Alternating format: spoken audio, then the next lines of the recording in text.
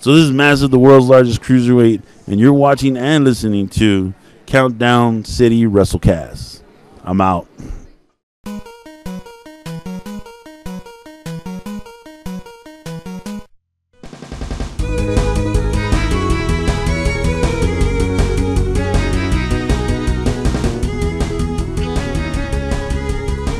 What's up, heels and baby faces? Welcome to another episode of the Countdown City WrestleCast. I'm your host, JC, and I am joined this week by Tommy. Yo. And, of course, Mike. I'm Mike, and this is 2020. And I think we're in the final countdown.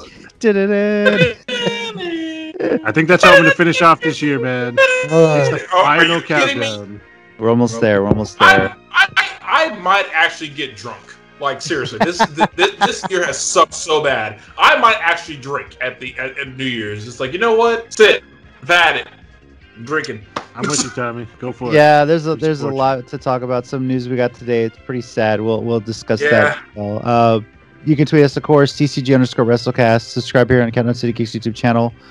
Now, today, the big story we're going to be having is we're going to be previewing Survivor Series. Only 6 matches on that card. We're going to be talking about that and talk a little bit of wrestling news. Before we get into Survivor Series, hey guys, Impact had a show on Impact Plus this past weekend. Dun. I know. It's I guess. Would you say that this is the turning point for Impact? I guess. You know. Bye, Tom. Wow, I think that's the quickest I've cleared him out in an episode, and it wasn't even that bad of a joke. I've said much worse, Tommy. Yeah, but I kind of expect worse, and that was kind of normal level worse. Fair enough. But you know, that's not a bad thing because before this pandemic, there weren't a lot of Impact Plus shows. You know, The most notable one was the Bash of the Brewery. You know, that in San Antonio. But I guess that's kind of a plus that they've been starting to. That's kind of a plus of the pandemic is that on Impact Plus, there we go, another one. Well, that was as bad as mine. Yeah. They've been able to, I guess, kind of organize this and run some more shows and hopefully get that going. So, but some notable results out of this. Rohit Raju did retain his X Division Championship. Rich Swann beat Sami Callihan, retained the Impact World Championship. But we had 2 title changes. And if you don't have Impact Plus, you missed it. But I'm sure you can subscribe and go back and watch it. Yeah. First off, the Good Brothers defeated the North to win the Impact Tag Team. Why could you have done it at the big pay-per-view when I picked you? God.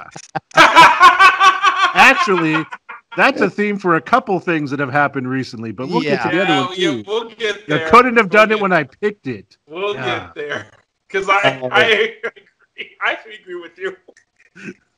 And finally, Deonna Purrazzo in a no DQ match is now a 2-time champion, defeating Su Yung when Su Yung went for the Red Mist, and Deonna Purrazzo held up a painting canvas to block it, and then just hit her over the head with it, and that was the finish. So, you know what? Very cool. You know what?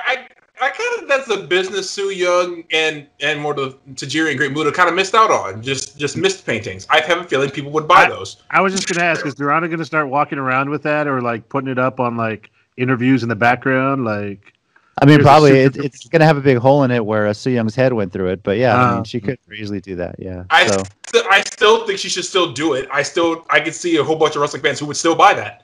Yeah. Well, yeah, that's. Some other rave reviews coming out of that show, though. I haven't seen the match yet, but Swoggle had a one-on-one match with Brian Myers and put on a hell of a match, supposedly, from what I've heard. So, yeah, these shows he belongs. So I think they're gonna work that as well. So, yeah. If you have Impact Plus, if you don't subscribe, you can go back and watch the show. I personally don't have it yet. Hopefully, maybe it'll be like a Christmas gift or something. Hey, buy me your Impact Plus. We're good. So we'll see. I thought you should put up his account so other people can watch it. No, my hope is that this pandemic, and if they keep running shows like this, they'll be able to build up some more subscriptions and keep that going because it is a really good library on its own. So, I mean, Impact always had a solid, go of things. Just that horrible period called the Vince Russo, Dixie Carter, Hulk Hogan, Eric Bischoff era. Anyway, yeah. Now we're going to talk a little more about Impact later, but first, let's get into it. Survivor Series is this weekend. The best of the best. It's Raw versus SmackDown because NXT kicked their ass last year, so they weren't invited this time. And it's two competing brands, and we have no idea what they're competing for. What's the point? Brand supremacy. Yeah. Is there a draft pick on the line? No. Maybe they get the better locker rooms at the Thunderdome if they win. Maybe that's what it is. Maybe they get the home locker room and then the loser has to stay in the visitor one. I feel like you should do it to where, like, if whoever the brand is that wins or something like that, they get the last 15 spots in that year's Royal Rumble, and the other brand has to take the first 15 or something like that. Ooh. Make it a little bit interesting, you know? Good. That'd have been awesome, you know? Yeah. So, I'm going to admit this before we get started. And granted, there's one more show before, SmackDown before Survivor Series.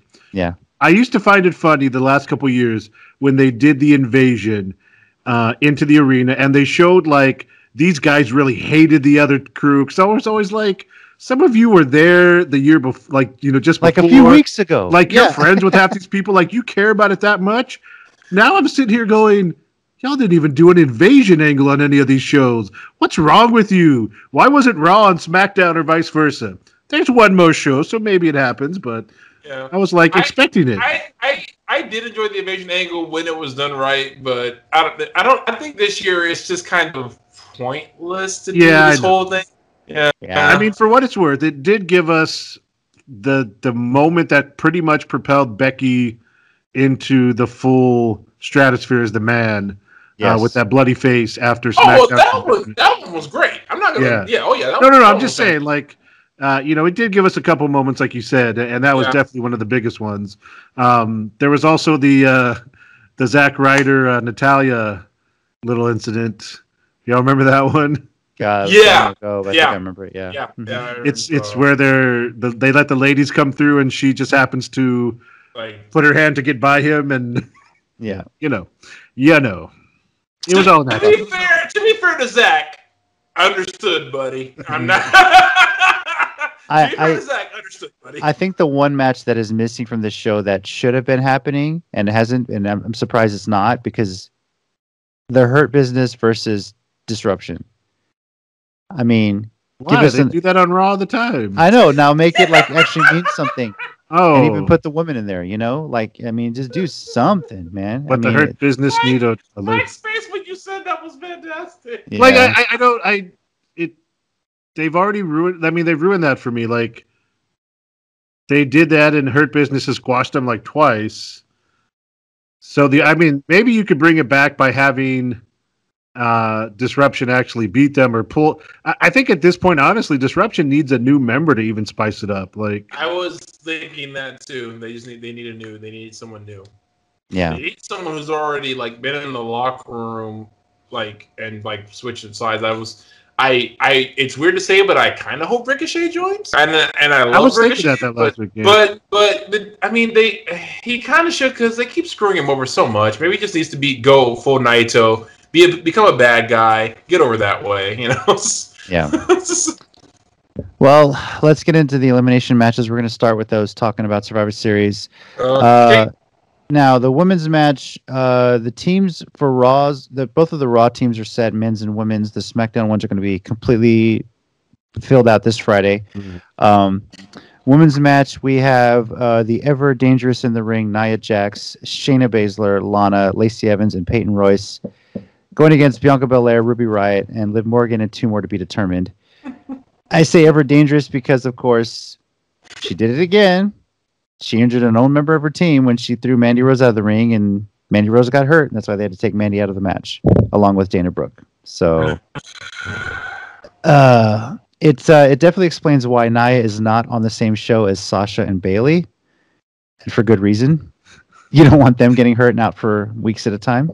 So let's just throw it out there. I just can't see a scenario in this where Lana doesn't go through a table again. It's whatever. It's probably you've got to pay it off in reverse at some point. Like, I'm assuming in this match, so. I think she's going to cause Nia to go through a table. Like, not put her through one herself, but cause her. I mean, you've got to get that payback. This is almost getting to like those couple of years where Stephanie McMahon never got, her comeuppance until Vicky Guerrero was leaving. Yeah. Yeah. It was just that run of like, well, what's the point of being a heel if they never get their comeuppance? She has to. If it's not in Survivor Series, then yeah. It's amazing what we can attribute our anger towards. Mine's always towards Brock Lesnar, and Mike's is always towards Stephanie McMahon. Yes. You're not wrong. I would say, at least on this though, like, knowing how petty Vince McMahon is, Lana's probably going to get eliminated in like 5 seconds because whatever, because of who her husband is and where he is now and what he said on TV. Tina, for her part, did submit picks for this one. She's picking Team SmackDown, regardless of who's there at the end. But that's where she's going with it. I'm inclined to agree with her just because there's been so much dysfunction on Team Raw for the most part. So that's where I'm at. So, Tommy, what about you? Yeah, I'm going Team SmackDown. I guess that's one thing with the Survivor Series this year. It's like the booking going into me has just seemed like so freaking weird. It's like there are things you could have done with this. Oh, I didn't know John Cena was joining us today. Oh, snap! John Cena, good to finally meet you. No, I'm just kidding. No, but I agree with you. I agree with you in a lot of that. Smart ass cat found a way to open the door, so I had to go close it. All right. So, stop it, tool. Yeah, no, I agree with you. Like, I mean, we said at the beginning that the whole idea of the brand warfare is already played out, and it's even more meaningless right now for a couple of reasons. Like, I mean, they've also just come off a draft. Yeah. So there are a couple people on these teams that were just on the other brand. Yeah. So it's like, really, you hate them that much already? All right. That's like the worst timing for a draft. Like, if you do it after Survivor Series, okay, that would make more sense, Because then you could also play off the like, oh, I was just on the team that defeated y'all, and now I've got switched to this brand or stuff like that. But yeah, I want my title shot. And that was my other thing with the draft this year. I was like, what was the point of that? That accomplished literally nothing. So, trying to get ratings, I guess. Really, I mean, aside from the New Day breaking up, and I cannot use bigger air quotes than that if I tried, was anything really accomplished with that draft? Did they really change that much? No. I mean, Drew McIntyre still showed up on SmackDown anyway the other day. So, yeah. I think they just have a list of like things to boost the ratings, and they were just like, we did that, we tried that. Number 17, draft. Let's do a draft. I feel like they have them on like a wheel, and they spin the wheel and see what they're going to do. That's even better. Yeah. I literally hope it's number 17 on the list of things that they try, or there's just a wheel in Vince's office they just spin every now and again just see what can happen. Oh, that's yeah, I like that too. Some of the options are like lose a turn, free vacation when this is over, something like that. Okay, give me 30 seconds. I know this is completely off random topic, but we said the wheel. So they just did that at Halloween Havoc. And the old WCW thing was like spin the wheel, make the deal. Yeah. They just always took the match they landed on. I always made it like when you say spin the wheel, make a deal. Like I thought you're like, no, I don't want that match. Let's make another deal and like spin it again. But they didn't make the deal. Just whatever it spun on, that's the match they had. You know what I mean? Yeah. Yeah. I would make a deal. I thought I could be like, okay, you know what? I don't like that match. Let's try it again. I don't know. Try to spin the wheel and get a worse match. 30 seconds over. That's my 1 minute warning. Let's go. No, okay. Mike, what was your pick on this match, by the way? I'm going to go with SmackDown too. And actually, what I was going to say is, I think Bayley's going to join them. Because you have two spots. Okay. She's got nothing going on, and kind of coming off that feud where she's like, "Well, I'm done with Sasha for now," and then I think what she's going to do is, because if you look, it's 3 faces so far on SmackDown. And obviously Bianca's kind of, I think the one who's, right now looking like a captain. As like so I think they're going to add Bayley to kind of give SmackDown just a little bit of tension, but I think they'll win in the end. Yeah, let's just hope Bayley and Nia don't go one-on-one because we worried about Bayley in that situation. So, we don't know now. Men's Survivor Series match. Raw, who Tina is picking, is AJ Styles, Keith Lee, Sheamus, Braun Strowman, and Riddle. SmackDown currently is Kevin Owens, Jey Uso, King Corbin, Seth Rollins, and one more to be determined. Tina's going with Raw on this one. For the same reason that we were worried about the dysfunction on the women's Raw team, I feel like we're going to get that on the men's SmackDown team. I was actually thinking that. The Uso with the whole tribal chief thing, Roman Reigns, King Corbin being King Corbin, so God, I'm going to Raw. I forgot he was still a wrestling, man. Like, what has he done lately? Seriously. Exactly. I'm sorry, but I was just like, yeah, I don't know. Anyways, yeah, good. So, T and I going with Raw. What about you? Same for you guys, or are you going with SmackDown? No, I'm going Raw. All right. Yeah, I agree. And actually, I know y'all said y'all didn't watch Raw. I don't know if you read that, and I'm going to connect this back to what I'm talking about. Before the Orton McIntyre match, Sheamus went up to him, and they kind of, talked about how they had known each other for a long time. And Sheamus gave him this chest that he said he had talked to McIntyre's mom, and she sent it. And it was his old blue kilt and sword. I don't know if you've seen saw that clip, yeah. But a lot of people are saying it's going to open the door for them to kind of show their friendship in a Sting and Luger style for a while, where one's technically a face, one's kind of heel, but then Sheamus will turn on him. So I think Raw is going to win. Whatever combination, I think Sheamus is going to be one of the survivors, maybe not the sole one, but I think Sheamus is going to start looking strong for a little bit, so they can eventually turn that into a match maybe before WrestleMania of McIntyre versus Sheamus. Interesting. See how they go with that. I actually wouldn't mind that. Maybe by the Rumble as like that big match. Yeah. I wouldn't mind that only because Sheamus is a workhorse when they let him be. Again, when they let him be. So yeah, I'm down for that. Yep.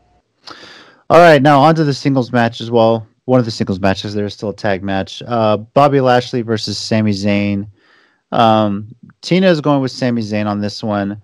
I'm inclined to go with Lashley. I know the Hurt Business thing, I feel like it's somewhat giving Lashley a little bit of a new life. He seems to be the only one that's like really getting any wins out of that group. So I'm going with Lashley on this one. Make Lashley look strong, so. Mike, what about you? Yeah, I mean, I think Sammy can take a loss here too.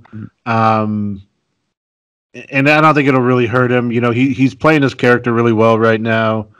And I agree. Like, I kind of agree exactly with what you said. I think Lashley's the one they're trying to make look the strongest. Yeah, so I agree. Yeah, can't give him a face Brock Lesnar, but whatever. So Lashley for you, Tommy. So. Yeah. I mean, I don't think a loss would hurt Sammy at all, really. I mean, keep going, guys. I'll be right back in a second. Right. Okay, never mind. But at worst, he might. He might try to cheat, but I feel like MVP will be there to prevent him from cheating in a way he usually gets away with. So yeah, I'm gonna go with Bobby Lashley because, I think that's who they're trying to build up, and I hope that means we're gonna get McIntyre and Lashley at some point, which will be funny because Impact can absolutely say, "Y'all stole that from us. We did it first." Yeah. I just heard the end of that, but I think I know exactly what you're saying. Yeah, no, they'll tweet out like, where have we seen this before? So. Yeah, and I hope Don Callis is that petty because that's the pettiness I support. It's like, McIntyre and Lashley. I could have swore I saw this all the way back in 2000 or whatever that happened. I don't even care. Yeah. All right, now honestly, the match next is the one I'm most looking forward to this weekend. The New Day versus the Street Profits. I am legitimately excited for this. This is gonna be fun. Yeah. This is the thing I actually do want to see. Yeah, you don't very often see two popular face tag teams. Period. And Lord knows what kind of hijinks are going to ensue. Yeah. So, yeah. Two popular face tag teams in WWE at all ever. Like it happened in 2001, and that was a nice 2 years, wasn't it? Anyway. Tina's going with the Street Profits on this one. I'm inclined to agree with her. I think this will do really well for the Street Profits to get a win over the New Day, who are almost legendary in the modern era for all their tag title runs and everything. So I'm going Street Profits. Tommy, what about you? Actually, I'm also going Street Profits for a lot of the same reason. I figured, like, okay, to me, it's like the New Day are going down in history as one of the greatest factions in wrestling history, and I don't care who doesn't like them. You can't deny that anymore. You can think they're silly, you can think they're, having too much fun or whatever, but that's the facts are the facts. And also, they're getting their own DLC in Gears of War. So yes, that was really cool to see. That was awesome. So I was like, okay, that's a big enough win for the weekend. I think they could take this L, and it's still not an L. So, yeah, I'm going Street Profits. And Mike? Okay, I'm going to lone wolf this. Okay. Because I think Big E's going to come out and tease like he's supporting his brand, but then help the New Day actually pull off the win. Okay. And then that actually causes him a little bit of heat with some of them on SmackDown, so he can start getting into some more actual feuds. Even if it's with the Street Profits, even if he's a little heelish in his actions, I think he's going to stick to his New Day. I could be completely wrong, and maybe I should have gone with y'all, but I have this idea like he might get involved. One little, I'll be interested if you're right. I'll be like that'll be really fascinating if you're right. So especially because I don't know if he's going to be a part of the SmackDown team. He could be the last member, but it could be. Yeah, even then, that could cause some tension. That could change things, but yeah. Oh yeah, there you go. All right, Asuka against Sasha Banks, the two women's champions going up against each other. First off, let's congratulate Sasha making her debut on the latest episode of The Mandalorian. I think you mean Mercedes Varnado. Mercedes Varnado, yes. But Sasha did tweet her picture of herself next to her real name, excited. A very good episode. There was a lot of speculation on what character she was playing, who was she, and when she was revealed, spoiler alert, as one of the Mandalorians. It was really cool. So we talked a lot about it on the Geekcast. We had a special guest, Veronique Medrano, on there, Towner singer and overall geek, and she had a lot of cool things to say. So that was fun. And as far as that goes, just real quick, we haven't seen the last of her for this season, right? No, there's going to be a lot more, I think, of her. I think I agree with you, yeah. I jokingly called it because when you find out that Mando is like part of like a different way of the Mandalorian teachings, and they're over here with their helmets off and stuff, I was like, okay, so basically Mandalorian is Vatican I, and these other Mandalorians are Vatican II. So that's the way I compare it to the Catholic out there. You get the reference anyway. So as far as Asuka versus Sasha, based on the fact that Sasha has made such a big deal, I think a big reason why she got the title, I'm not saying it's the only reason, is that her appearance in The Mandalorian. That's a huge PR thing for WWE right now. Well, a lot of times real world life changes like that in wrestling affect title reigns a good majority of the time. So that wouldn't surprise me at all. So I think it'd be big for her to get a win. Tina and I agree that Sasha is going to go over on this one. Really boost for her, especially since she's had a history of not defending her title very well. Yeah. Before. So Tina and I are going with Sasha to win this one. Mike, what about you? I'm okay. So my pick is Sasha too, with a slight variation though. Mm-hmm. I think they're not gonna. Well, not like she's gonna cheat. I think someone's gonna kind of cost Asuka the match a bit, because as it is on Raw, she doesn't really have a feud right now, because they're kind of doing this whole women's team thing, and it's Lana. I mean, the Lana and the Nia and Shayna thing. So I think whoever they kind of want to get into the next feud with her might come and cost her the match, even if Sasha's not aware of it, so that Sasha gets the win, and then Asuka has something to look forward to going out as they head toward the end of the year and rumble a new feud to kind of get into. Okay. But yeah, in the end, Sasha. Tommy, are you lone wolfing this? Or are you going with Sasha? Because I know how you are about Asuka. So. Forgive me, Asuka, but I gotta go with Sasha. I feel like I'm betraying the Japanese wrestling gods. And there's 4 of them, by the way, in case you didn't know. Anyway, but no, it's just the booking. It just feels like that Sasha's about to do a win, and for all my complaining about Asuka, she does have a solid pedigree of wins behind her, so I can't really complain anymore about that. I can still complain about how she's booked in those wins, but I can't complain about the wins she's got. But so I think at this point, Sasha has earned it. She's earned the wins, and I've been saying this. If anyone should have had the chance to beat Asuka first, it should have been Sasha. But no, couldn't let Charlotte lose at WrestleMania. We couldn't have that at all. God knows I was betraying everything. I'm sorry. Why isn't Bayley in this conversation? Bayley now, yes. Bayley then, I would understand the argument. Bayley now beating Asuka would make a ton of sense. Bayley at the time when Asuka was on her win streak, not so much. She can't. I mean, that's kind of how the win streak really kicked off. Was with the side eye. Really, the side eye with the streak right now. Really, I feel like I'm in school trying to explain something to my principal. Jeez. I just, I know you're talking about timeline, and I'm partially joking. But I'm going to back Bayley in most of these. So yeah. I mean, fair enough. I'll give you that. All right, and then finally the two, the world champions going against each other. WWE champion Drew McIntyre recently regained against Universal Champion Roman Reigns. So look, it was 3 out of the last 4 years. It was AJ picking up the title right before from Jinder Mahal. It was Daniel Bryan against AJ.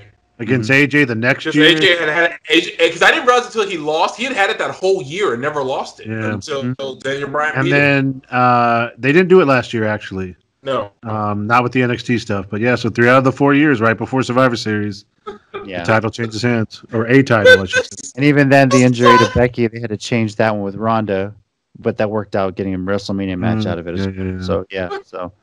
But this title match. The circumstances before it made no sense.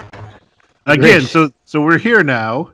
We're here now. The second time that they do the title change, not on a pay-per-view when I picked the alternate, they're like, oh, so.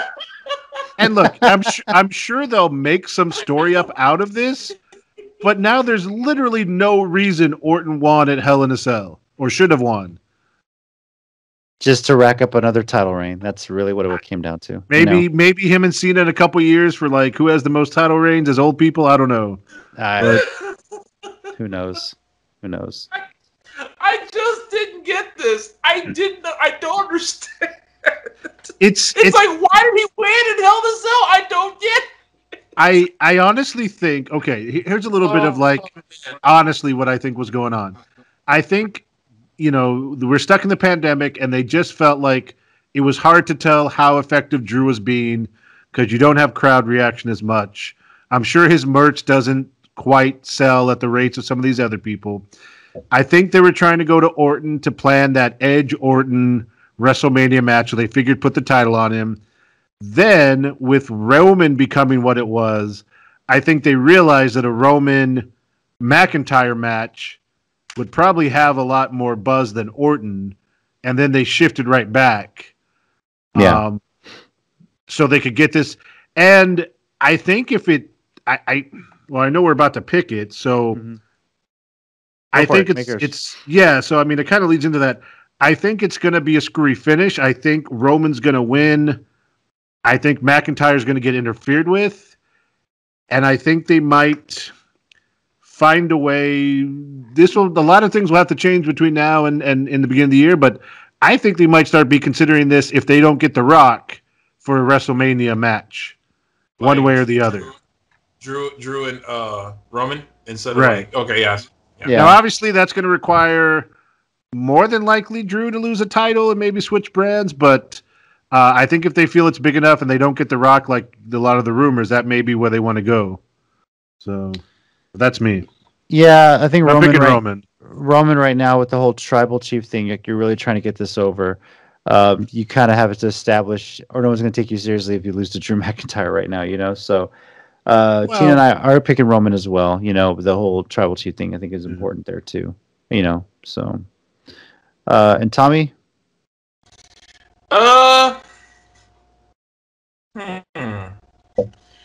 Honestly, I am kind of torn You want to go double I DQ? think I want to lone wolf this and go Drew. Okay. And here's why. And because the reason I think is, for one, he just came off the win with Orton. For another, it would be the first step to showing a actual crack in Roman's armor. Now, not saying that would mean Roman was going to lose anytime soon, lose the belt, I mean, but it would just be like a crack in his armor. And, and honestly, okay, I hate to say this, but this might make the brand split even more irrelevant, because if he loses, I see Roman jumping Drew like on Raw randomly. And I imagine that happening, because what are rules and who cares about them? Well, yeah, then Roman's really upset because he has to dress in the visitor locker room now that they lost. There it is. I can't do this anymore. I can't do this. So based on what we're picking, Tommy, you have it being an even split 3-3, whereas Mike, Tina, and I gave the edge to SmackDown on this with at least 4 wins on the night. Oh, wow. Okay. Tina, the I only didn't even match, think of it like that. Yeah, Tina, the only match. Either. The only match Tina has winning is for Raw is the men's Survivor Series match. Interesting to note. So now, obviously, they could add more matches. We'll see what happens this Friday on SmackDown, and we'll find out the other 2 members. And then, but I also had the New Day, right? So that was 2 for me. Yeah, you had 2. You had New Day. You might have had 3 because you also had Lashley. So yeah, that might have been 3 for you actually. Now that I think about it. Yeah. 3. I had 4. Yeah, 4-2 SmackDown. I also have 3-3. Okay, yeah, that's what I was going to say. Yeah. So, cool. Well, that's Survivor Series, the rivalry show that means absolutely nothing when you get down to it, because they're really not fighting for anything. What's the point? Maybe if you had draft afterward. Brand supremacy. Yeah. Nobody really cares. I'm just going to keep saying buzzword. I wish the winning one would get Monday night. Like, if SmackDown won, they'd be Monday Night SmackDown. Wow, that'd be crazy. I feel like you got to put something on the Rumble on the line. So I did hilarious. I did see one online where at least making the men's and the women's matches means something, that the winning side, like if SmackDown or Raw wins, the 5 people that were part of the team then have like a 5-way match, and the winner gets number 30 in the Rumble, and they do it that way, so it has some meaning. That could be good. Pretty cool. I like that idea. Yeah. So I would also do something like that, or also the team that wins, those 5 would face off, and like they could do like an elimination match. The last two eliminate. Well, like the winner gets a title shot right away, and the last eliminated, like if they made it, like if the other 3 are gone, it's just down to 2. Whoever gets eliminated last gets the 30 spot in the Rumble. They still, because like the guy who won the match with the team, he gets the title. He wins the match. He gets the title shot immediately. Doesn't have to wait for the Rumble. And then you could do the first person eliminated on the losing side, or even the winning side, has to get the number 1 spot. Has to be number 1. Okay. Those are all really good ideas. Honestly, like what could this show be for? They're amazing. We're best. We're the best. The guys from the I'm like, you know what? If you have any ideas out there, just tweet them at us. I mean, what could they do to make this show actually worth something? To be honest with you. So, of the big 5, I'll say the big 5 of the big 5 pay-per-views, because if you count Money in the Bank, this one's the one that's always the least interesting now. And it's a shame because it has so much history. They're celebrating 30 years of The Undertaker. Yeah, 30 The Undertaker. That's coming. They're going to do this. Oh, well, that entrance is going to take up an hour then. So that's a good part of the show. Oh, you're right. So Bobby Lashley is going to win because Sammy's going to get pinned really fast. Sorry. Pre-show. No. Yep. All right, so some wrestling news for the week. I told you we're going to come back to Impact, and here it is. The Knockouts Tag Team Championship Tournament field was announced, and we already had one first-round match. Havoc and Nevaeh beat Tennille Dashwood and Alicia. Basically, this is an 8-team bracket, and they're going to be crowning the winner at Hard to Kill. So some of the other first-round matchups coming up are Killer Kelly and Renee Michelle against Jordan Grace and a partner yet to be announced. Kiera Hogan and Tasha Steele against the Sea Stars. And newly recrowned Knockouts champion Deonna Purrazzo and Kimberly taking on Taya and Rosemary. Now we know Havoc and Nevaeh already got the first round, as I mentioned. First of all, guys, who do you think Jordan Grace's partner could be, and who do you think is going to win the whole thing?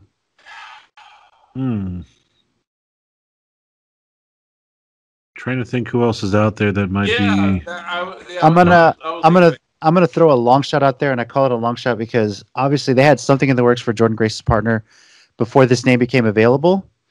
But she is a former Impact Knockouts Tag Team Champion, and that's Thea Trinidad, formerly Zelina Vega. Can't work. You know, I agree, but it's the 90 days. If they even negotiated that with her release based on the circumstances of her release, you know? I thought that was standard in the contract. I thought that was in contracts when you signed them, not at the release. You know? It's a great idea. I thought I heard that she wouldn't be able to show up until like February or late January.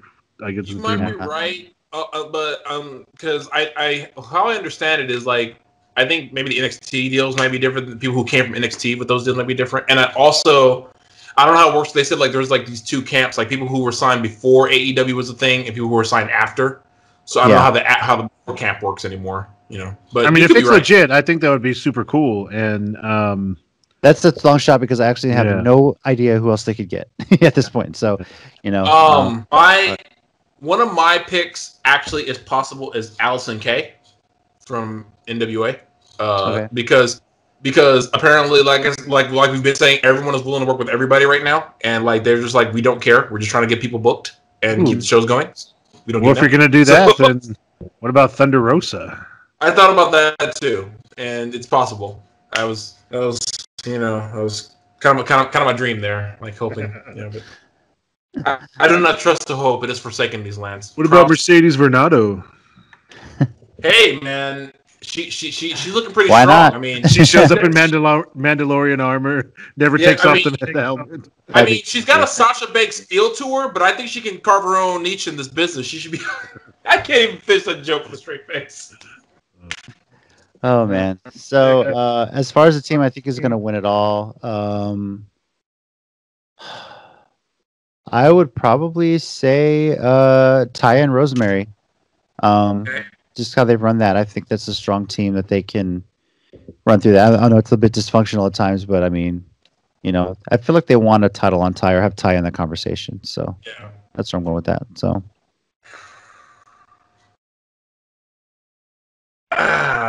You know what? Here's the messed up part. I was firmly sticking behind my pick of Havoc and Nevaeh until they added one more team, the Sea Stars. Mm-hmm. Because legitimately, as a tag team, they're really good. As I've been following them for a couple of years now. Between their work in Shimmer and Shine, and they've been with Sabotage. I've seen them in Heavy Metal. They're actually, to me, kind of like a sleeper team. I think can make it to the finals against Havoc and Nevaeh. And then, honestly, I don't know who wins. I really don't, because how could if it was Impact running as normal, like with normal shows and everything, I would say Havoc and Nevaeh no problem. But we were still going through this whole COVID stuff. They're still doing their one shows every so often in that closed set. They could still work everywhere else and be part of Impact. Yeah. It wouldn't be as big a deal. So, I don't know. I tell you what, Tommy, how about this? I'm going with your team of Havoc and Nevaeh because you generally have two ways of going for new titles. It's either the big face to get a big pop or the strong heels so people can start chasing them. And I'm going to go with the strong heels that the face tag teams can start chasing. So I'm actually going to pick your team. Sure. Okay. Cool. We'll see how it plays out. I mean, it's interesting they're bringing the titles back, and like I said, Hard to Kill, they're going to crown it. So, wait. Yeah. Tommy, did you officially pick? Oh, I thought Tommy had... I'm picking. Yeah, I'm going with you. Havoc and Nevaeh. Oh, okay. Okay. I wasn't sure if you were, because I know you were stuck between them and the Sea Stars. I'm still in my heart going back and forth, but I like your logic. I like your logic. And it's also because Havoc and Nevaeh aren't random. They're legit friends and have tag team elsewhere. Yeah. So also this pick doesn't count on our record, so it's okay. No, it's just for fun. Oh, thank God, because I'm still mad about Full Gear. Anyways, And I'm still recounting my lawyer. I had a few lawyers leave the case, but they're still looking into picks in Florida because apparently the picks were not counted properly, and we're not allowed to view the picks. So I'm getting word that a county in Michigan has certified Tez's picks, and they are legit. So you know what? Sorry, if we don't count Michigan, then I still win. Serious question: who's the first wrestling company / wrestler to run that bit after they lose a match or a title? Someone's going to do it at some point, right? It's got to be AEW. They're MJF loses a match and he's like, yes. Oh my God, please let it be MJF. Okay, that was not a real loss. We're still reviewing. I actually won. Someone's going to do it. You know, MJF he's the kind of guy that would find that loophole. Yeah. So, I mean, MJF for Jericho. Yeah. And it would be even funnier because he's a supporter. Yeah. He's made it pretty clear on his social media, so it would almost be funnier to do that bit knowing it would irritate people that much more. Yeah. All right. Next item on our wrestling news. Ted gave me shit about this yesterday on the Geekcast, and I was just like, God, you dick. Alexa Bliss and Ryan Cabrera are engaged. Cabrera popped the question. It's hilarious to me because she said in a podcast about their relationship that it really people started because they rumored that they were dating and they had actually never met. So when they actually did meet, amazing. They started dating. They met through The Miz, who The Miz is good friends with Ryan Cabrera. And a year to the day afterward, he popped the question. There's videos on Instagram. A lot of congrats going all the way around. And some random creepos that are sitting there saying they're never going to watch it wrestle again. He's like, you guys are morons. Someone in the wrestling group, one of my wrestling groups posted is like, and they showed a picture of her engaged, and underneath was Dolph Ziggler when he said, "It should have been me." I responded. I was like, you know what? If I wasn't already married, then this would probably hurt me deeply. Even though she's never met me and has no idea my existence even is a thing there. But you know what? I'm married, so you know it's good for her. Yeah. Oh my gosh. Is this the reason Buddy Murphy's going after 19-year-olds now? Is it just it messed him up and? Wow. I mean, she's still legal. Legal. Look, in all seriousness, I mean, she's obviously of age, and her dad's apparently totally okay with her being in the business. I mean, all joking aside, all the people that have complained about the storyline, I get it, but her dad's right there, and she's of age, so... It's like, this is so wrong. Yeah, it's like her father was standing 2 feet from her the entire time. Even Buddy Murphy's ex, Alexa Bliss, was on social media like, hey, shoot your shot. Saw that. You know? So, yeah. Oh, wait, there's one more wrestling news I think we forgot to mention. Did you hear that they actually scheduled the title match between Omega and Moxley already?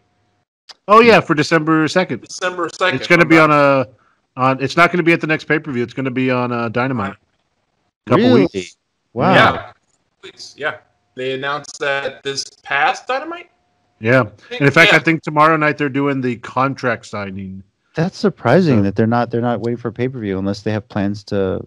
I think it's surprising, but it's also, to me, it's like, with Revolution being a full, at this point, like 3 months away, it probably.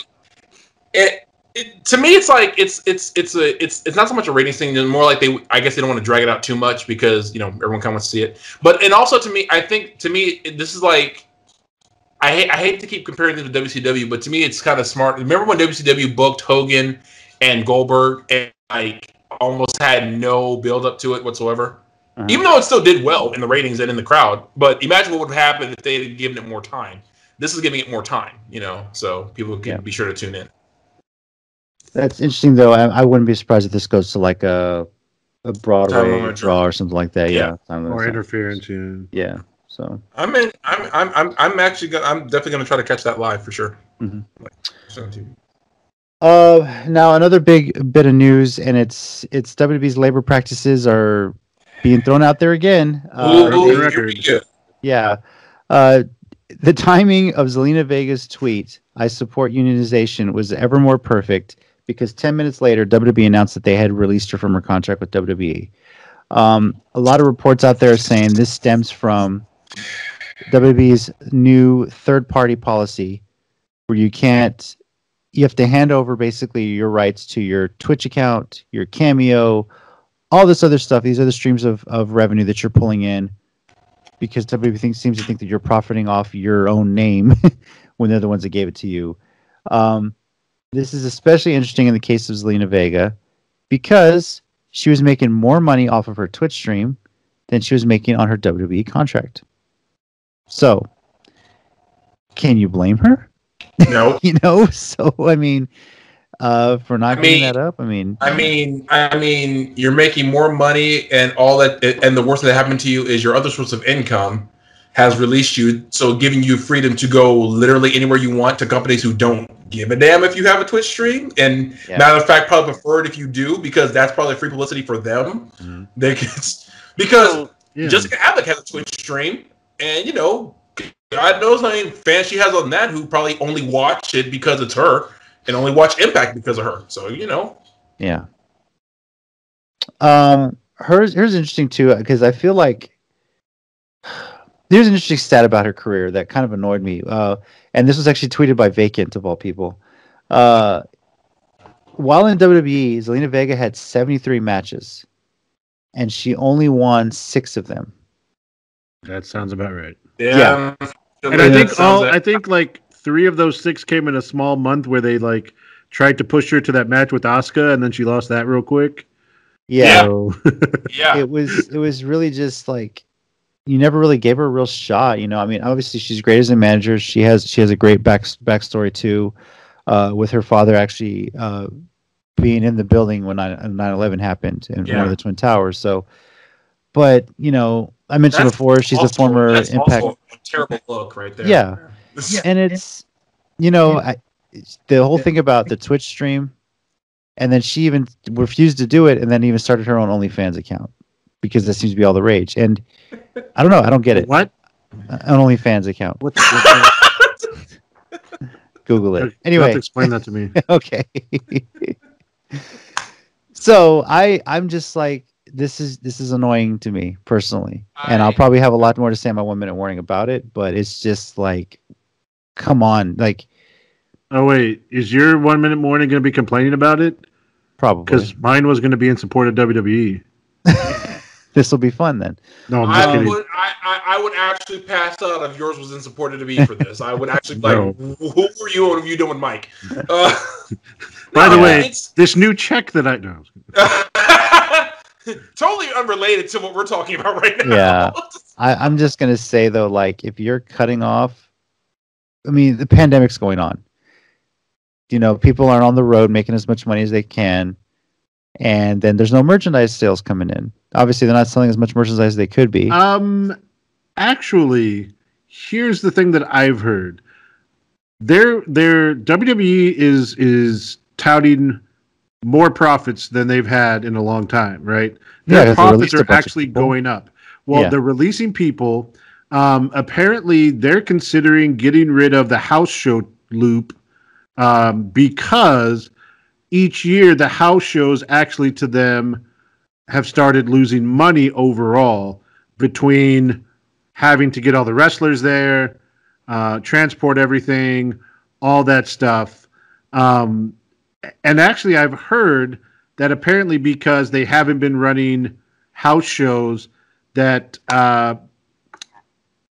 like all their stuff, like their shirts and all that stuff at the WWE shop have gone up, because it's the only place to buy it now, that people can't go to a show and buy shirts. They can't see it live. So they're making more money there. And then they don't have to pay all the house show part of the contract to the wrestlers, because there's no house shows.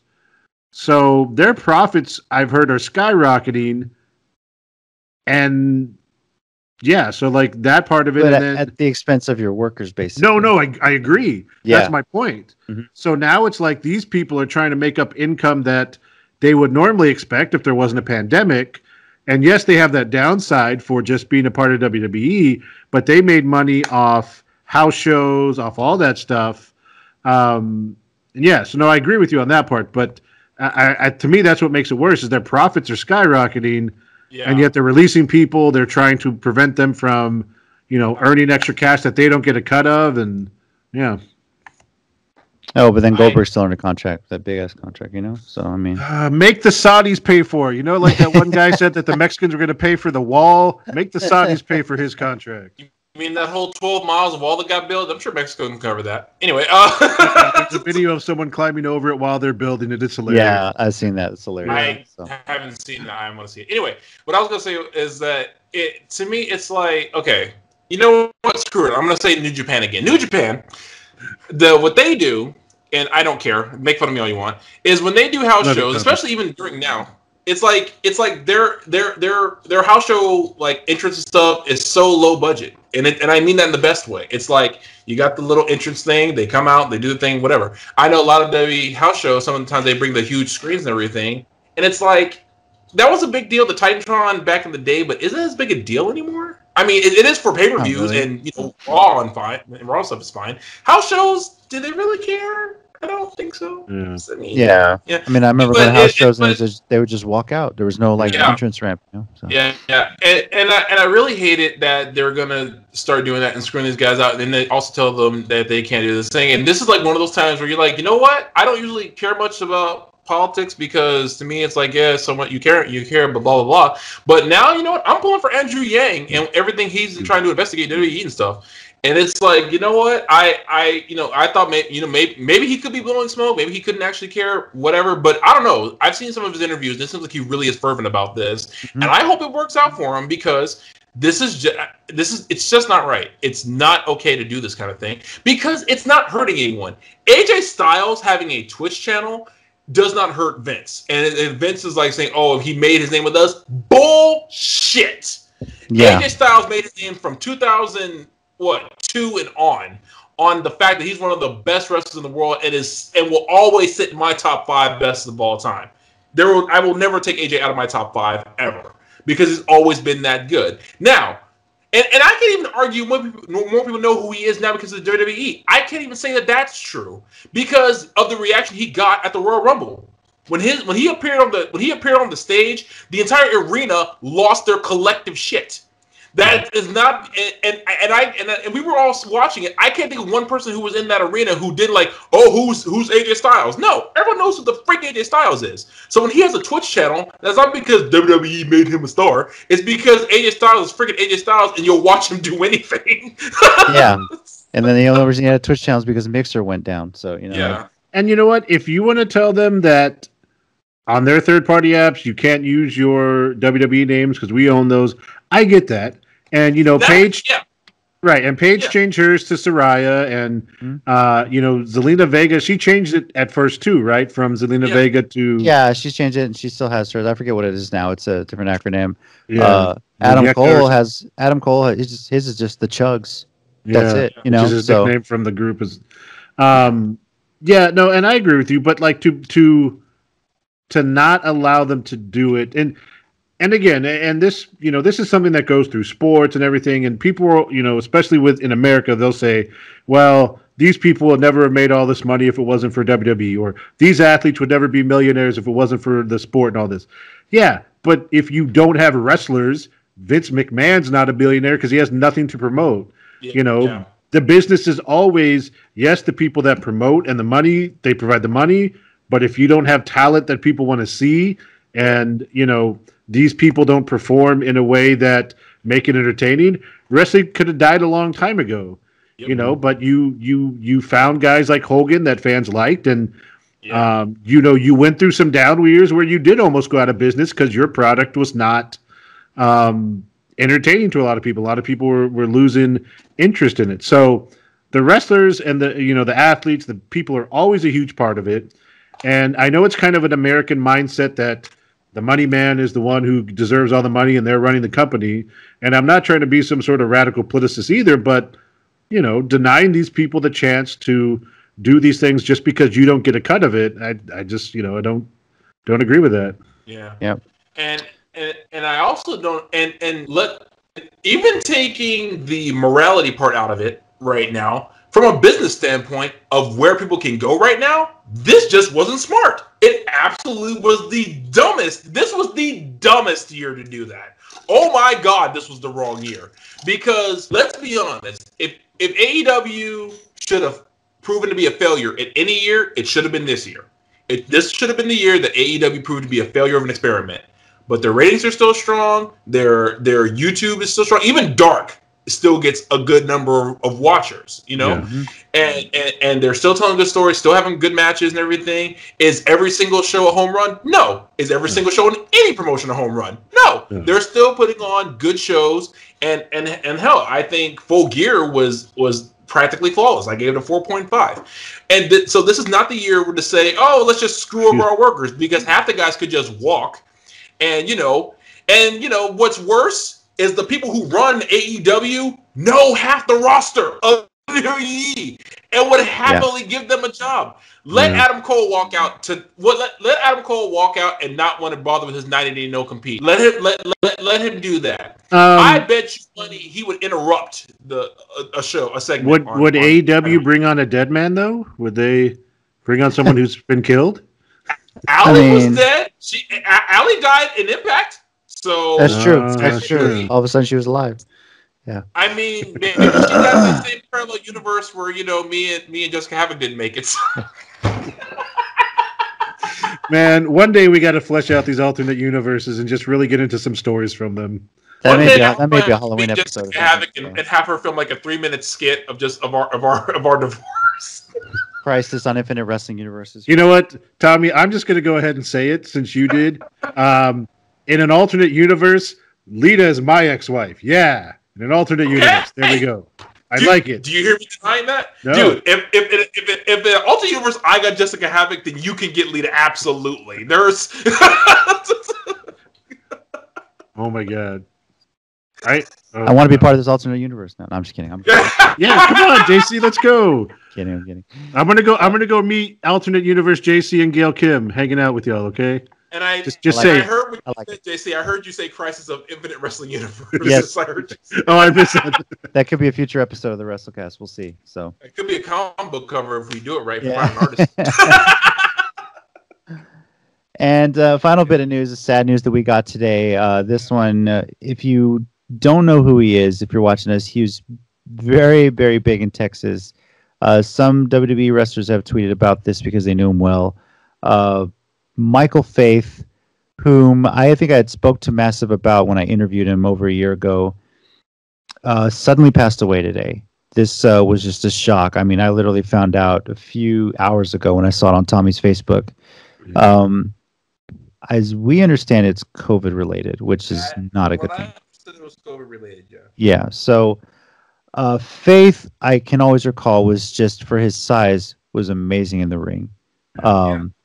It was awesome to watch. I told Massive before, one of my favorite matches was him versus RIPMichaelFaith, and I was just the two of them, as big as they were, but still as athletic as they were. It was amazing, and I have so many memories watching him. I was like, dude, this guy is good. Saw him ACW the first time, I believe. He'd made it to RCW, all over BOW, I think. Right, Tommy? Did he make it over there? I can't recall. I think he was there like once or twice. He wasn't like a mainstay. I think he'd been there once or twice. Yeah. So this is just it's crazy. So this year could get any worse, right? So I mean, I guess if you guys have a favorite memory about RIPMichaelFaith, maybe a favorite match, feel free to share. So, I mean, go ahead, Tommy. No, go ahead, Mike. I'm sorry. Go ahead. No, I was just gonna say, I remember the first time I saw him, and just being amazed, like you said, like he's a big dude, and he was just super athletic, and I was like, it was like, it was him, Hernandez, Keith Lee, just these big dudes who could move, and I was like, yeah, like it was probably an RCW show, maybe it was ACW. I think it was ACW. Maybe it was ACW the first time. Yeah. But yeah, and he was just like a monster, and I was like, damn, this dude, it was impressive. Yeah. And I mean, he just I don't remember if I took a picture with him ever. I know hearing, like people saying he was just a really good dude, and vicious, like he played the vicious character well when he needed to, but like, just a real nice guy in real life, like one of those types. And and I saw Tommy post that too. I was like, I mean, it's like, here we go again. Like, come on. Yeah. Just keep going through this now. I I just like I remember the first time I saw him do a lion salt, like he just ran and he ran and did it like it was nothing. I was like, what the hell? That defies all the laws of physics I ever read ever. It's like okay, when Jericho does a lion salt or Pac or one of those guys, that makes sense. It's still incredible to me. But when this 300-pound Joker runs and does one, it's like, you know what? Physics is a lie. Science lies to me all the time, and there is nothing to believe in anymore because this guy did that. But yeah, it's just there's so many memories with this guy, man. It's like seeing him in ACW RCW the first time, like this giant mammoth of a human being, just almost scaring the crap out of me just by his size and like his intensity. And me so scared, but not be able to shut up to not insult him enough. It's like he's scary, but not enough to not make me insult him. Because I have a death wish clearly. I mean, my relationship with Lance Hoyt is proof enough of that. Yeah. But seeing him tear it up in the ring with so many people, in tag team matches and one-on-one matches and everything. I'm looking at his like the list of matches he had on on Cage Match and just things, and all the RCW matches that he just put on they were just great. Getting to talk to him, seeing him at shows, he's one of the guys I still do, even in his passing, I still consider a friend. And this one just like really hurts because it's knowing that when all this mess is finally over, that's another face I won't see again at shows. That just really hurts, And he I wouldn't say he retired, but he was backing off shows a lot recently in the last couple of years. But every now and then he'd pop up, and the thing is though, when he popped up, it was something special. Whenever he appeared in the ring, it was something like to get excited over because he would even if it was for one match, he was going to give you 100% of himself in that match. Yeah. When he won the RCW title, I think that's the picture that I posted was that he won it that night, and I was like so happy for him because he was a guy who I thought give him all the title reigns. He was one of the guys I was like if he was a belt collector like Austin Aries was that one year, I'd be like I've been fine with that. Yeah, forget Michael, go all over Texas and win all the belts. Who cares? Who's gonna stop you? So yeah. We do want to send our condolences to the family and his close friends and all of his friends. I mean. Yeah. He was well known around Texas. A lot of people, I'm sure, knew who he was and worked with him on some level. So, rest in peace, Michael Faith. Big loss to wrestling in Texas and anywhere, and it's not going to be the same without you. So, nope.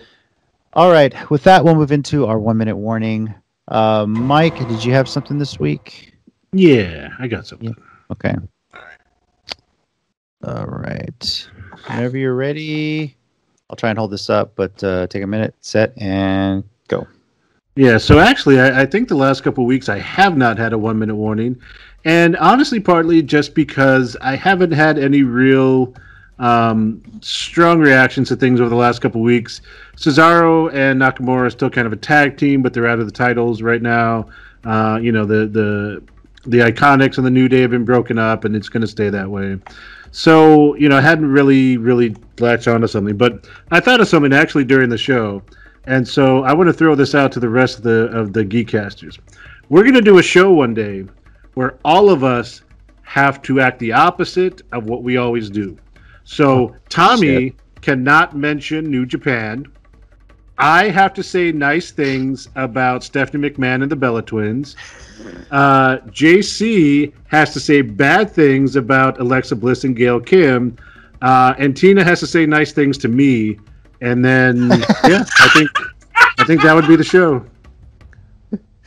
Bizarro WrestleCast is basically what you're talking about. Yes. So, if you can go a whole show and say nice things about the Bella Twins and Stephanie McMahon, then I will literally get like a pin or something to stick my arm so I remember not to say anything about it. I can't. Maybe we should do it and see who can keep the straight face the longest during the show. No, I'm tapping out because you put me on the level where I actually have to cheer for Corbin. That's just not happening. That's just what? Yeah. I didn't say let's get crazy. Dang it, you beat me by 1 second. I was about to say that. Damn it. I was gonna say, whoa. Let's all calm down here. Let's all calm down. Pandemic is making it easy. We're coming up with these ideas. Yeah. So. All right. Yeah. Thanks, Survivor Series, for not giving us anything that interesting. Yeah. At least there's a takeover coming up in a couple weeks, so we'll discuss. Oh my God. Yes. Seriously, watch Survivor Series be like a 4.5-star classic out of nowhere. Like they just pull out all these amazing moments. You know what? If this show turns out to be good, thank God. Okay, Yeah. I will take back everything I said if this show turns out to be good. I'm not hopeful, but I will if it happens. Tommy, you ready to go for yours? Yep. All right. Ready, set, and go. Okay, so for starters, the the World Tag League and the Best Super Juniors are both going strong right now. Hiromu Takahashi, Sho, Ryusuke Taguchi, Robbie Eagles, and Master Wato are still leading the Best Super Juniors. Oh, by the way, both tournaments are one block each. But in the World Tag League, Zack Sabre Jr. and Taichi are ahead, along with Evil and Yujiro Takahashi. That was a random team, let me tell you. But the big news from that is the newest member of the Empire, Will Ospreay's newest faction, and the new member is none other than Jeff Cobb, which I was legitimately surprised. I knew that they had someone that they hadn't revealed yet to attack with Great O'Khan, but I did not expect Jeff Cobb, although I kind of should have, not looking back on it. But it's really cool. I hope this means that he's officially signed with New Japan. I think they will use him properly, and that makes the tag league even more interesting because now I want to know what he'll do come Wrestle Kingdom. So because Wrestle Kingdom, they're still booking it for 2 days, and apparently they're trying to make sure that they can get enough fans in there, not completely filled to capacity, right. but just get enough fans there to keep it safe. And props to New Japan. They're still trying to make sure that they put on the best shows. And actually, all of Japanese wrestling is still going pretty strong. Stardom had some major title changes recently that I'll probably cover on my channel because actually I want to do an all Stardom thing. So I actually plug for my channel. Look for that next week or so. Cool. Yeah, the Cobb news was great. I've been saying he's a great fit in Japan. That's where he needs to be. And I think he has to be signed. You're not going to put him in a stable if he's not signed, I would think. But so yeah. They do that with free agents sometimes. If it's free agent, I'll put it that way because if it's their free agent, but their schedule is definitely New Japan filled. So yeah. But I think he probably is signed because I think they're going to be something really big with this Empire thing going forward. I mean, they brought in B everything. So I thought we already reported that he did sign. I thought we had, I think we had a month or so ago. So I thought we did. I'm not 100% sure, but I thought he did. Sorry. Yeah. That's fine. It might have been like a heavy rumor that we're sure was going to happen, and they just never confirmed anything. But this confirms it. I think 2020 is just throwing me for such a loop that I just forget things. So yeah. Yeah. No, that's no problem. I thought it was official. Right. Yeah. So Empire, my new faction. Heck yeah. All right. I knew it. I knew it. When the shirts come out, we know what Mike's ordering. Guess who's doing a New Japan 1 minute warning next week?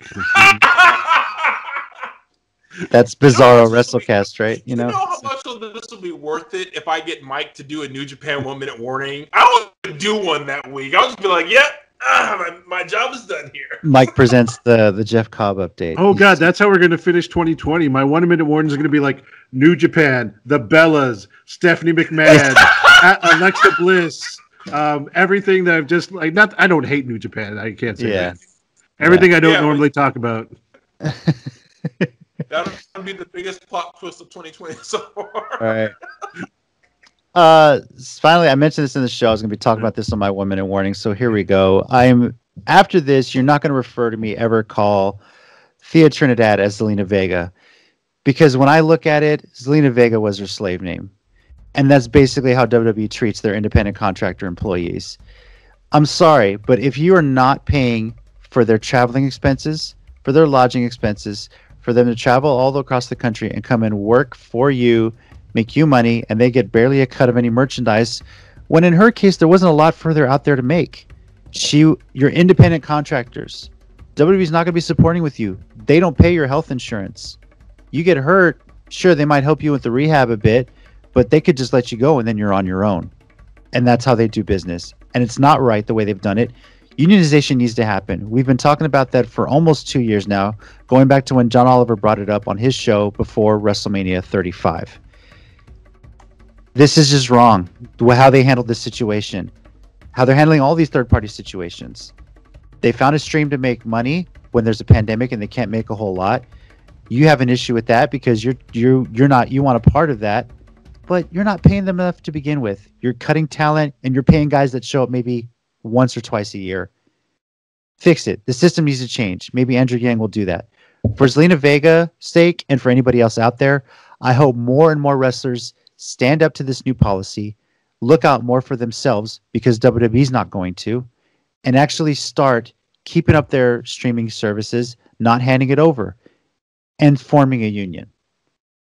And when we talked about this after the John Oliver story a couple years ago, we got some comments from my dad who remembers the history of it, remembers Hulk Hogan shutting it all down because he's a top guy and he was taken care of. Some of these top guys like Drew McIntyre, Roman Reigns, Randy Orton need to come forward and support it because until they do, this doesn't happen. But they need to remember when they were up and coming and struggling, this would have helped them out a lot. And this will be better for wrestling as a whole if they unionize. It needs to happen.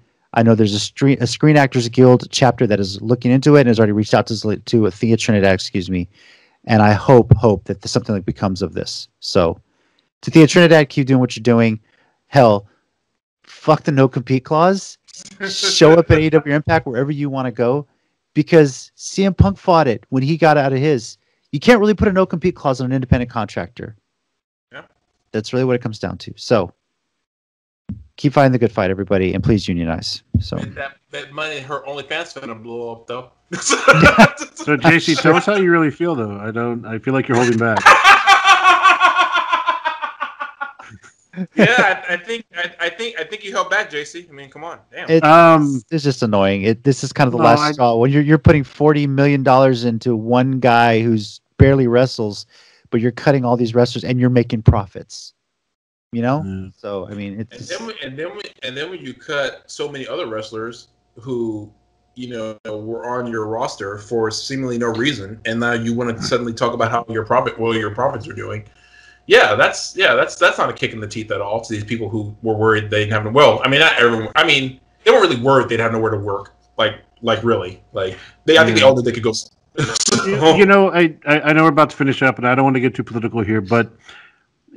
There was this thing kind of with America with this pandemic hit where for years, those in big companies and those who had a lot of money were telling people that were not making a lot of money and were considered relatively poor, all you got to do is save your money and make these cuts and, pull yourself up by your bootstrap and, work really hard and you can get where I am.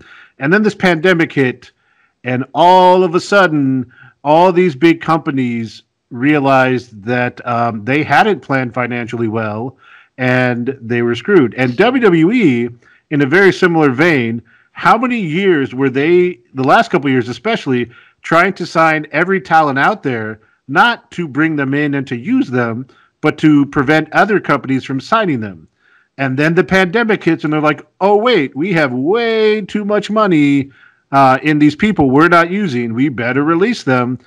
Guys that have, I hate to use the term, but they talk about it, when they discuss it like on podcasts, guys that would just sit in catering every week, never really used. And, but that was the WWE thing. They were signing people so that other people couldn't. Then all of a sudden this pandemic hits, you're like, oh, wow, we're spending way too much money on this stuff. And I agree with you. That's a very, it's real hypocritical to talk about, do things like that. And you're like, oh, wait, we were just spending all this money because we were the big juggernaut. Now we got this pandemic, coming up the side of us, and we gotta let all these people go because we can't afford that. Yep.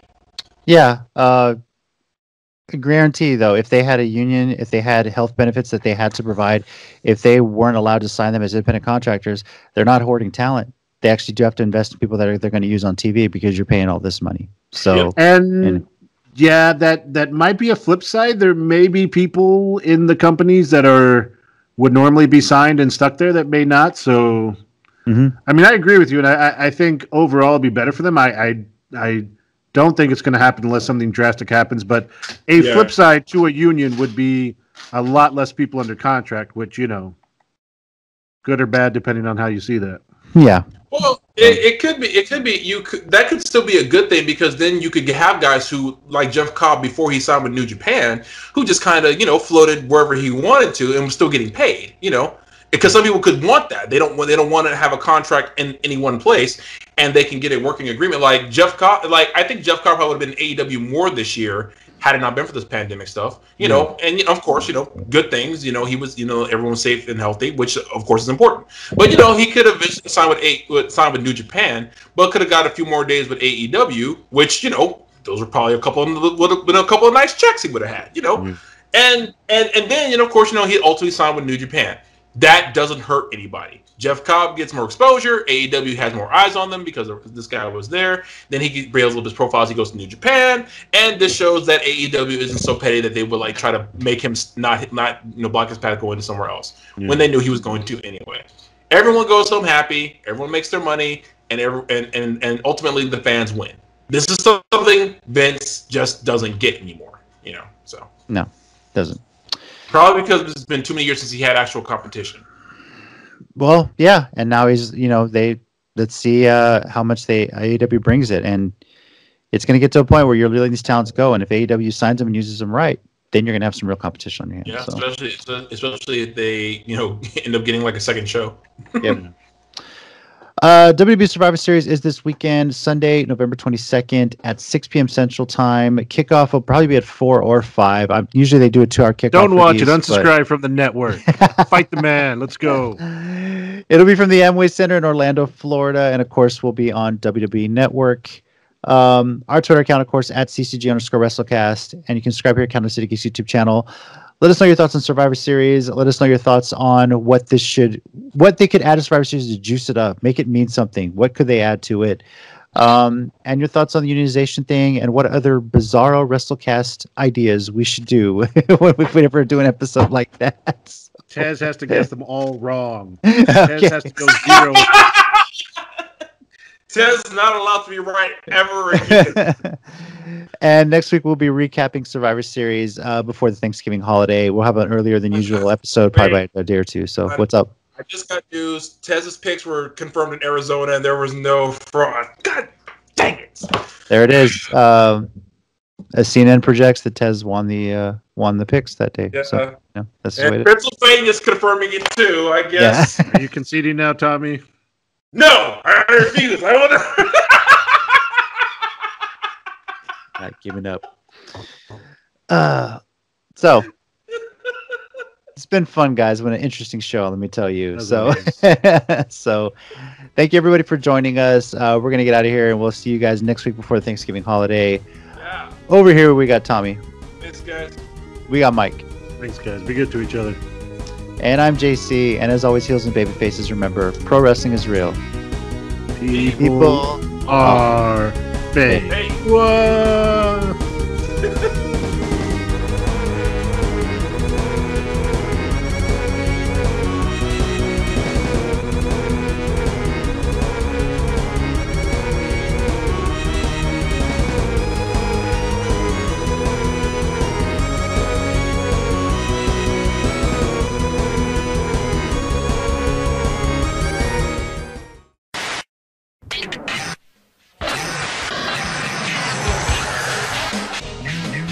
Hey yo, subscribe to the channel by clicking right here. Or if you want to watch more videos, click right here.